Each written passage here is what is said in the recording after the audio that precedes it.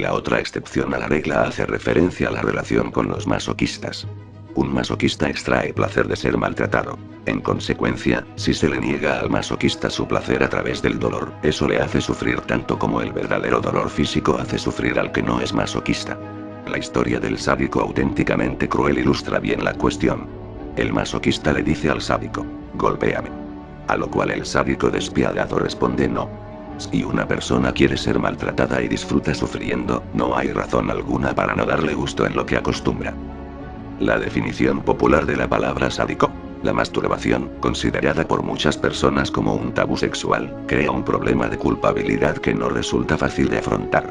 En este asunto es preciso hacer mucho hincapié, puesto que constituye el elemento extremadamente importante de muchos actos mágicos destinados a tener éxito. Desde que la Biblia judeo-cristiana describió el pecado de Onán en 38:7-10, el hombre no ha cesado de considerar la gravedad y las consecuencias del vicio solitario. Aunque los modernos sexólogos han explicado que el pecado de Onán es simplemente un coitus interruptus, siglos enteros de falsa interpretación teológica han causado un daño casi irreparable. Prescindiendo de los verdaderos crímenes sexuales, la masturbación es uno de los actos sexuales que peor está visto. Durante el último siglo fueron escritos innumerables textos para describir las horrorosas consecuencias de la masturbación. La palidez de la piel, la dificultad en la respiración, los granos en la cara y una pérdida del apetito no eran más que unas cuantas de las muchas características que se suponía provenían de la práctica de la masturbación. Se aseguraba que se produciría un total colapso físico y mental si no se atendían las advertencias de aquellos manuales destinados a la juventud. Las espeluznantes descripciones de tales textos resultarían casi risibles si no fuera por el hecho lamentable de que, a pesar de que los sexólogos, doctores o escritores contemporáneos han hecho mucho para eliminar el estigma de la masturbación, todos los muy arraigados sentimientos de culpabilidad creados por las absurdidades de aquellos primeros textos sexuales no han podido ser borrados sino de una manera parcial. Un gran porcentaje de personas, en especial aquellas que han rebasado la edad de 40 años, no pueden aceptar emocionalmente la circunstancia de que la masturbación es natural y saludable. Hay ciertas personas que ahora logran aceptarla intelectualmente, pero, como siguen considerándola con repugnancia, sucede que de un modo inconsciente comunican su repugnancia a sus hijos. En otros tiempos se pensaba que uno se volvería loco si, a pesar de todas las advertencias, persistía en sus prácticas autoeróticas. Este ridículo mito tomó cuerpo a causa de ciertos informes que pretendían que la masturbación estaba muy extendida entre los residentes de los centros psiquiátricos.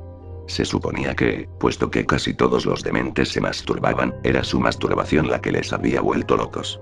Nadie se detenía a pensar que la verdadera razón de que los dementes se entregaran a la práctica de la masturbación había que ir a buscarla en la carencia de compañeros del sexo opuesto y en esa necesidad de liberar la inhibición que es la característica de una locura extrema.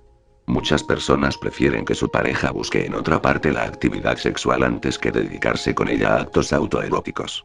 En esto influyen los propios sentimientos de culpabilidad, más una repugnancia a realizar una masturbación mutua. Hay casos en los que existe también el temor a la repugnancia de la pareja.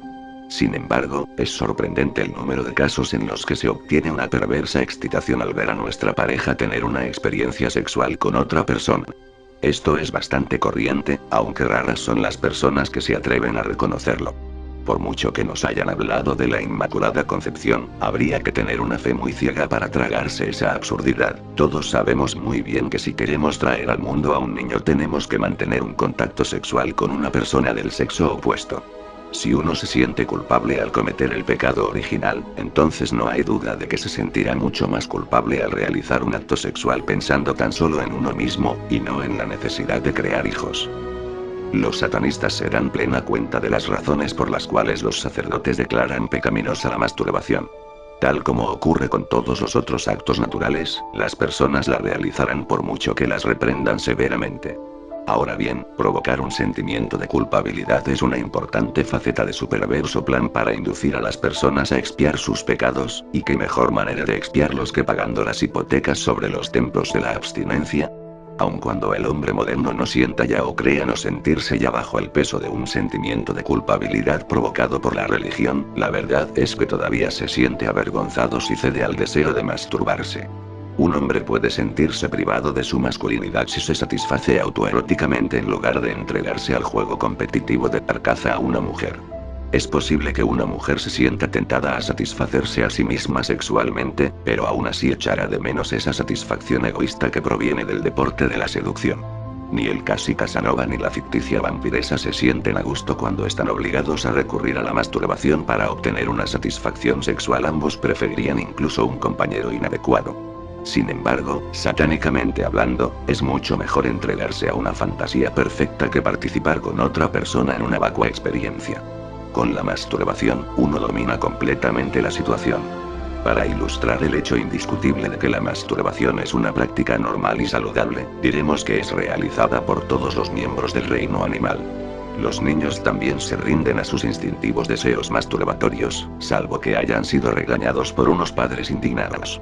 Desde luego, en esto suele haber una tradición que se remonta de hijos a padres a todo lo largo de una infinita línea ascendente. Es lamentable, pero cierto, que los sentimientos de culpabilidad sexual de los padres se transmiten inmutablemente a sus hijos. Con el objeto de salvar a nuestros hijos del triste destino sexual de nuestros abuelos, nuestros padres, y posiblemente del nuestro propio, nuestra obligación es conseguir que el perverso código moral del pasado quede expuesto tal como es una serie de reglas pragmáticas organizadas que, si obedecemos de un modo rígido, nos destruirán. Podemos estar seguros de que, si no nos liberamos de los ridículos niveles sexuales de nuestra sociedad actual, y en ellos incluimos a la pretendida revolución sexual, persistirá la neurosis provocada por esas sofocantes regulaciones.